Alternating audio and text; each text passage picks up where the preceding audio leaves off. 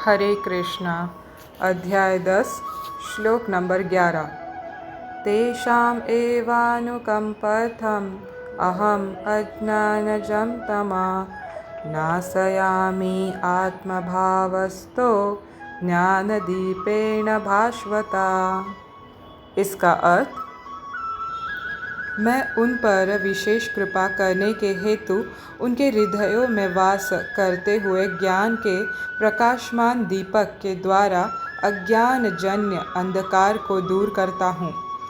इसका तात्पर्य, जब भगवान चैतन्य बनारस में हरे कृष्ण महामंत्र के कीर्तन का प्रवर्तन कर रहे थे तो हजारों लोग उनका अनुसरण कर रहे थे।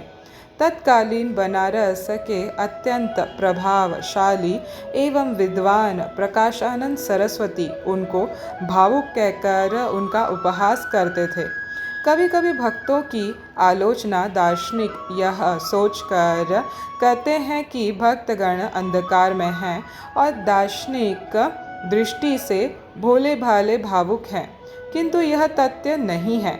ऐसे अनेक बड़े बड़े विद्वान पुरुष हैं जिन्होंने भक्ति का दर्शन प्रस्तुत किया है, किंतु यदि कोई भक्त उनके इस साहित्य का या अपने गुरु का लाभ न भी उठाए और यदि वह अपनी भक्ति में एकनिष्ठ रहे तो उसके अंतर से कृष्ण स्वयं उसकी सहायता करते हैं। अतः कृष्ण भावनामृत में रत एक निष्ठ भक्त ज्ञान रहित नहीं हो सकता।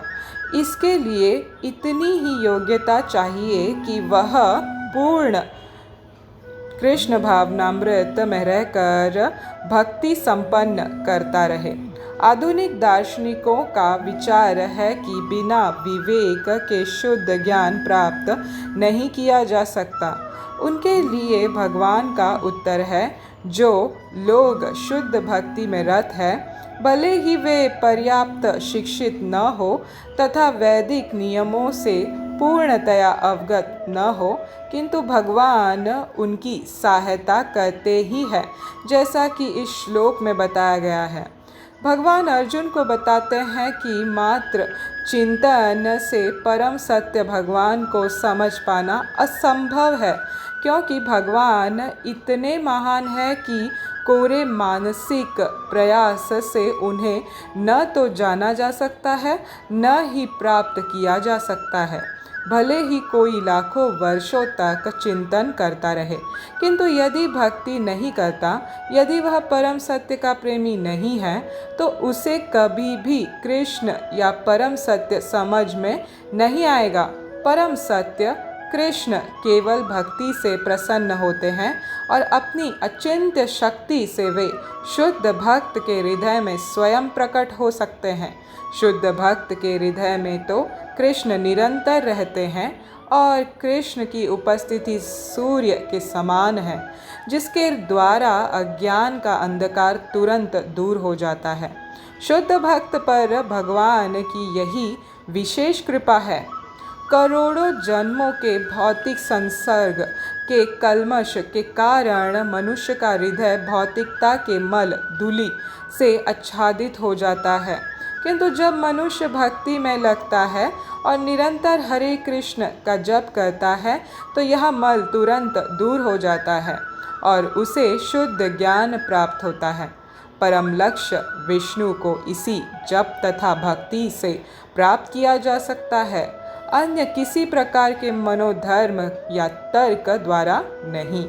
शुद्ध भक्त जीवन की भौतिक आवश्यकताओं के लिए चिंता नहीं करता है, न तो उसे कोई और चिंता करने की आवश्यकता है, क्योंकि हृदय से अंधकार हट जाने पर भक्त की प्रेमा भक्ति से प्रसन्न होकर भगवान स्वतः सब कुछ प्रदान करते हैं।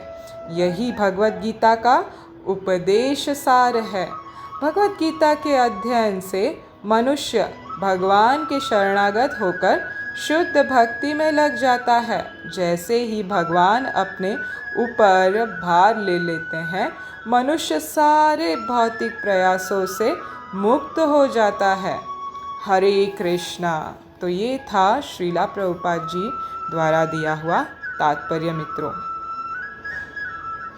इस श्लोक के द्वारा हमें भगवान कृष्ण की असीम कृपा झलकती है।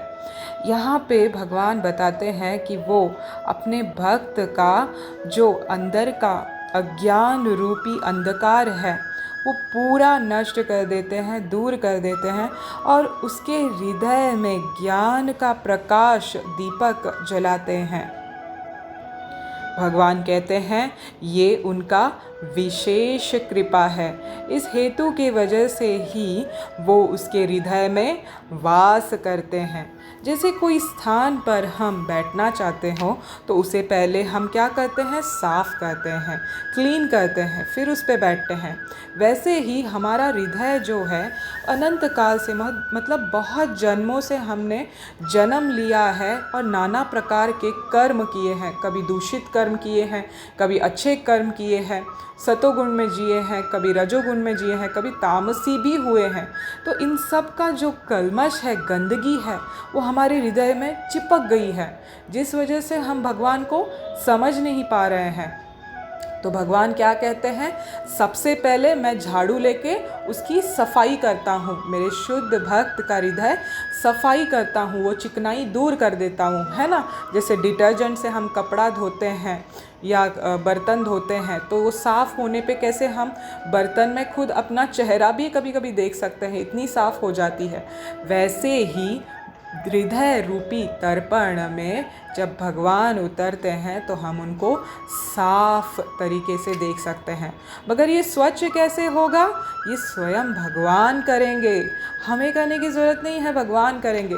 हमें तो सिर्फ प्रयास करना है, हरे कृष्ण महामंत्र का जप करना है। भगवान श्रीला प्रभुपाद लास्ट पैराग्राफ में यही बताते हैं कि हरे कृष्ण का निरंतर जप करते रहने से ये जो मल है वो तुरंत, देखिए दोस्तों, शब्द श्रीला प्रभुपाद जी ने एकदम बराबर से यहाँ पर इस्तेमाल किया है, तुरंत दूर हो जाता है। मतलब 1 दिन 2 दिन बाद में, साल भर, ऐसा नहीं, तुरंत दूर हो जाता है हरे कृष्ण महामंत्र के जप से। और भगवान उसके हृदय का अंधकार दूर करके उसको जो चाहिए उस प्रसन्न रूप से भगवान उसको हर कुछ प्रदान करते हैं। देखिए, यही है भगवद गीता का उपदेश सार, ये श्रीला प्रभुपाद बता रहे हैं हमको। तो ये पढ़ने से, जानने से कितना हितकारी हो जाता है, कितना लाभ, कितना कल्याण हो जाता है मानव जन्म का।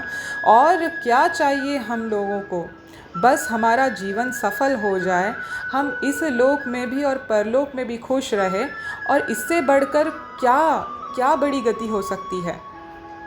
तो इसका बहुत बड़ा उदाहरण हरे कृष्ण महामंत्र को जो लाइटली लेते हैं, भगवान के नाम को लाइटली लेते हैं, ये चैतन्य महाप्रभु के बनारस की एक कथा से श्रीला प्रभुपाद फर्स्ट पैराग्राफ में ही बताते हैं। ये कथा मैं आपको विस्तार में सुनाती हूँ कि हुआ क्या था एक्चुअली। श्रीपाद प्रकाशानंद सरस्वती जो थे, ये बहुत ही विख्यात विद्यार्थी थे वेदांत सूत्र के। ये कीर्तन में और हरिनाम जप में बिलीव नहीं करते थे। ये सोचते थे कि ये व्यर्थ की प्रैक्टिस है, इसमें कोई लाभ नहीं है। एक्चुअल में लोगों को जो है वेदांत का स्टडी करना चाहिए, न कि भगवान के नाम में कुछ रखा है उसका उपयोग नहीं करना चाहिए, ऐसे उनकी सोच थी। और जब चैतन्य महाप्रभु बनारस आए तो वो संकीर्तन करते थे नगर नगर, जगह जगह पर, और उनकी शरीर की कांति देखकर, इतनी सुंदर कांति देखकर, क्योंकि वो स्वयं भगवान कृष्ण हैं, तो लोग आश्चर्यचकित होते थे और उनकी तरफ खींचे चले जाते थे और उनके संकीर्तन में, हरे कृष्ण महामंत्र के संकीर्तन मूवमेंट में जॉइन हो जाते थे, जुड़ जाते थे और बहुत खुशी से संकीर्तन करते थे। इतना प्रसिद्ध हो गया था कि पूरे बनारस, वाराणसी में जो मायावादी सन्यासी थे वो सब हैरान हो गए थे और इसको दिखा रहे थे कि नहीं, ये तो गलत हो रहा है। तो जब एक भक्त जो था वहाँ का, वाराणसी का, जो चैतन्य महाप्रभु से बहुत प्रभावित था, तो उसको पसंद नहीं आता था कि जो प्रकाशानंद सरस्वती हैं वो हमेशा उपहास करते थे चैतन्य महाप्रभु का। तो उसने जाके चैतन्य महाप्रभु को इस बारे में बताया कि प्रकाशानंद सरस्वती हमेशा बहुत क्रिटिसाइज़ करते हैं, चिढ़ाते रहते हैं आपके इस मूवमेंट को, संकीर्तन मूवमेंट को। मगर एक अद्भुत बात ये है कि वो हमेशा हजारों बार आपका नाम लेते हैं, चैतन्य चैतन्य करके, मगर कृष्ण का नाम उनके ज़ुबान पे एक बार भी नहीं आती है। इस बात पर भगवान चैतन्य मुस्कुराते हैं और मुस्कुरा कर उसको, भक्त को उसका मतलब बताते हैं। क्योंकि मायावादी भगवान कृष्ण के चरण कमलों पे अपराध करते हैं, इसीलिए उनके मुख पर ब्रह्म, आत्म, चैतन्य ऐसे नाम तो आते हैं, मगर भगवान का मुख्य नाम जो कि स्वयं कृष्ण ओरिजिनल नाम है वो नहीं आता है। ये सिर्फ भगवान कृष्ण की कृपा से ही आता है। तो भगवान और भगवान के नाम में कोई भेद नहीं है, दोनों एक ही है। तो जब हम भगवान कृष्ण का नाम लेते हैं तो वो हमारे जिह्वा पर उपस्थित हो जाते हैं। ये उसकी सबसे बड़ी शक्तिशाली जो है प्रमाण है। तो तंग आकर एक बार क्या होता है, सब बड़े बड़े भक्त जो थे चैतन्य महाप्रभु के, वो सब मीटिंग करते हैं मायावादियों के बीच में और वैष्णव सन्यासियों के बीच में। बड़े बड़े विख्यात सन्यासी आते हैं उस मीटिंग में। तो वहाँ पे जब वो वार्तालाप होता है तो बहुत बड़ी डिस्कशन छिड़ जाती है, प्रवचन होता है प्रकाशानंद सरस्वती के जी के बीच में और भगवान चैतन्य महाप्रभु के बीच में। तो मायावादी सन्यासी प्रकाशानंद भगवान को पूछते हैं कि आप इतना संकीर्तन मूवमेंट को इतना बड़ा ये क्यों देते हैं, महत्व क्यों देते हैं, जबकि वेदांत सूत्र पढ़ना सबसे मुख्य है। तो प्रकाशानंद सरस्वती के इस बात पर चैतन्य महाप्रभु बहुत ही विनम्रता से उत्तर देते हैं। कहते हैं कि संकीर्तन मूवमेंट जो है ये बहुत ही बड़ा मूवमेंट है। ये मुझे मेरे गुरु महाराज ने कहा है कि मैं सबसे बड़ा मूर्ख हूँ और वेदांत सूत्र पढ़ने का मुझे समझ नहीं है, क्योंकि आजीवन पढ़ते रहने से भी ये समाज में एक बहुत बड़ा हैवॉक भी क्रिएट कर सकता है। मतलब बहुत बड़ा मिसअंडरस्टैंडिंग हो सकती है, क्योंकि वेदांत सूत्र में बहुत अलग अलग तरीके की भाष्य की गई है। मगर मेरे गुरु महाराज मुझे कहते हैं कि तुम इससे खेलना बंद करो और सिर्फ हरे कृष्ण महामंत्र का, यानी पवित्र हरिनाम हरे कृष्ण महामंत्र का जप करते रहो। क्यों? क्योंकि ये एकमात्र ही पवित्र भगवद नाम, भगवान कृष्ण का नाम ही तुम्हें इस भवबंधन से, दुखमय बंधन से मुक्त कराएगा। बाकी कोई चीज़ ऐसा नहीं है इस दुनिया में जो तुमको इस मुक्ति दे सकता है इस भौतिक जगत से। तो देखिए दोस्तों, ये समझना यहाँ पे इस कथा से बहुत इम्पॉर्टेंट है, जो कि चैतन्य महाप्रभु हमेशा हमें बताने की यही कोशिश करते हैं कि कितना इम्पॉर्टेंट है हरिनाम का उच्चारण करना। पवित्र हरिनाम का उच्चारण करना यानी भगवान श्री कृष्ण को अपने समक्ष पाना। ये कोई इसमें भेद नहीं है। जबकि हम वेदांत सूत्र पढ़े, शास्त्र का कितना भी अध्ययन करें, मगर एक प्रामाणिक गुरु जब तक हमें नहीं बताता और सही दिशा नहीं दिखाता, तब तक हम पूरी तरह से फंस जाते हैं और हमें कुछ समझ में नहीं आता, क्योंकि बहुत सारा कुछ है। कर्म कांडों के लिए दिया है, ज्ञान कांडों के लिए दिया है, योगियों के लिए दिया है, बहुत कुछ है, मगर हमारे मतलब की बात क्या है ये हम कैसे जानेंगे? हमारे हित के लिए क्या है ये हम कैसे पहचानेंगे? इसीलिए एक प्रामाणिक गुरु ही हमें बता सकता है कि हमें क्या करना चाहिए, हम कहाँ फंसे हैं और उस खड्डे से हम कैसे निकल सकते हैं।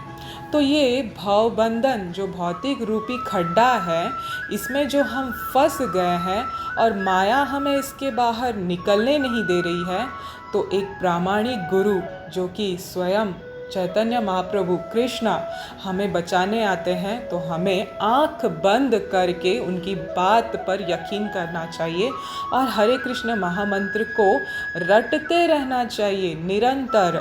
हरे कृष्ण कृष्ण कृष्ण हरे हरे, हरे राम राम राम हरे हरे। श्री कृष्ण भगवान की जय, श्रीला प्रभुपाद की जय।